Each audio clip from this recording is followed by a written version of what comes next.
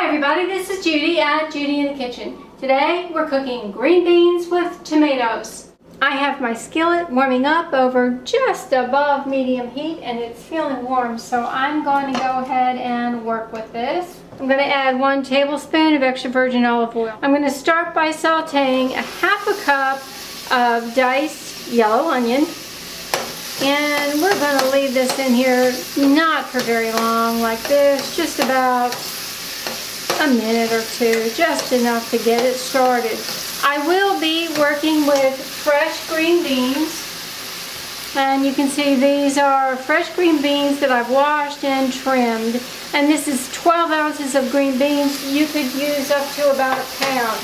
Now, if fresh green beans intimidate you, you don't really want to work with fresh green beans, maybe you don't have the time, you can do this very same thing with some frozen green beans. Go ahead and get a 1-pound pack of frozen green beans, take them out, put them in a colander and run them under some water to thaw them out. And then you can do the very same thing with those thawed out frozen green beans. You just would not need to cook them quite as long as we're going to cook the fresh green beans. It's that easy. Alright, these are starting to change a little bit. Now I have 3 large cloves of garlic that I have chopped up finely. I'm going to go ahead and add those in there. And I'm actually going to go ahead and add these fresh green beans to the mix and allow them to saute just a little bit. Now, they are fresh, they are not pre-cooked in any way. You can do it with your frozen green beans if you want, that have been thawed out. Just allow them to get started and give them a little bit of a head start here.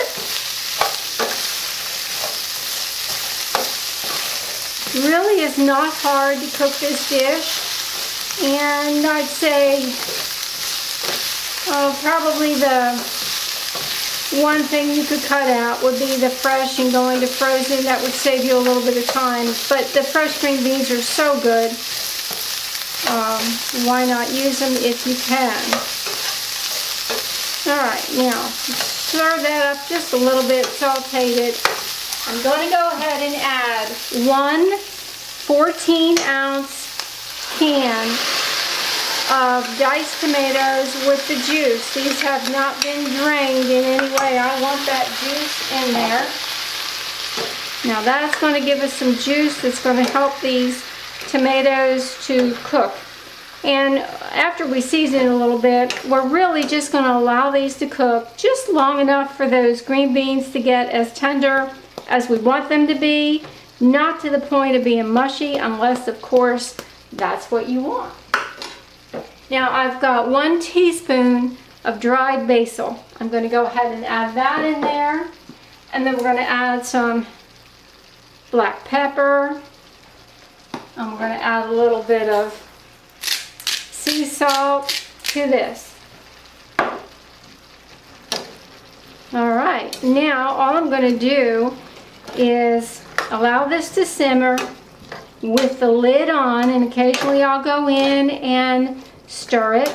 I'm just going to allow this until those green beans are just barely fork tender. That's all I need to do there. So we're going to cover it up and I'll let you know how long this takes.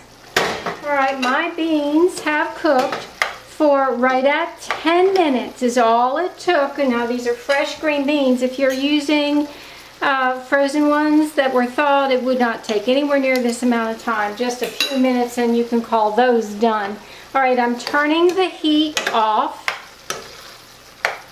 and I'm going to add 2 teaspoons of red wine vinegar. My preferred vinegar here would be some balsamic vinegar, but today I'm adding red wine vinegar instead. And I'm just going to give this a quick stir and it's ready to serve just like that. Here are the plated beans all set to go. There's still a few more in the pan over there. I needed a bigger bowl to put them all in there, but you can see how nice they look and how easy they were to fix, really. They taste delicious, the flavors are bright, and it's a nice blend of flavors that combine really well together. The recipe is in the description box below, so give this a try sometime and let me know how it works for you. This is Judi at Judi in the Kitchen. Bye for now.